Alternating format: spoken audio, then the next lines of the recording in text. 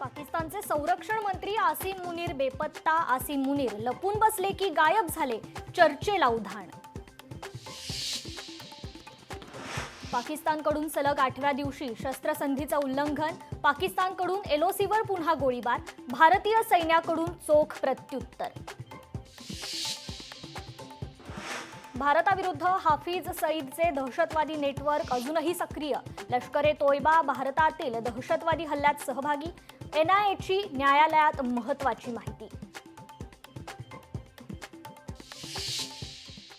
हर व्यक्ति को चुन चुन कर जवाब भी मिलेगा, जवाब भी लिया जाएगा. पहलगामवरील हल्ल्यावरून अमित शहांचा इशारा. दहशतवादाला मुळासकट उखडून टाकणार, केलं स्पष्ट. पाऊस नसल्याने 22 एप्रिलला पर्यटकांची संख्या वाढली आणि भ्याड हल्ला केला. पहलगाममध्ये दहशतवादी 3 दिवस आधीच झाले होते दाखल, सूत्रांची माहिती.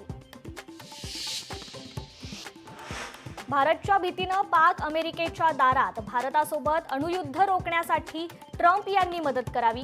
शहबाज शरीफचं अमेरिकेच्या परराष्ट्र मंत्र्यांना आवाहन. अमृतसरमधील दहशतवादी कट बीएसएफने उधळून लावला. हँडबॉम्ब पिस्तुलांसह जिवंत काडतुसे जप्त.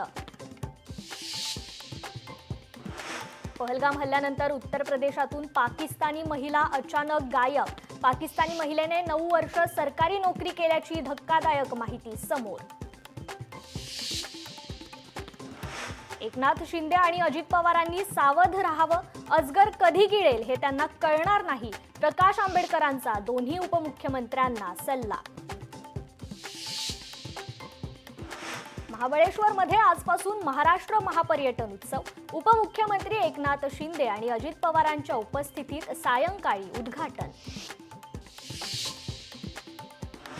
आजपासून केदारनाथ यात्रेला सुरुवात. मोठ्या संख्येने भाविक दाखल. पहलगाम हल्ल्यानंतर तगड्या बंदोबस्तात यात्रेला सुरुवात. दिल्लीमध्ये वादळी वाऱ्यासह पाऊस. रस्त्यावर पाणी साचल्याने वाहतुकीवर परिणाम. दृश्यमानतेवर परिणाम झाल्याने हवाई वाहतूकही प्रभावित.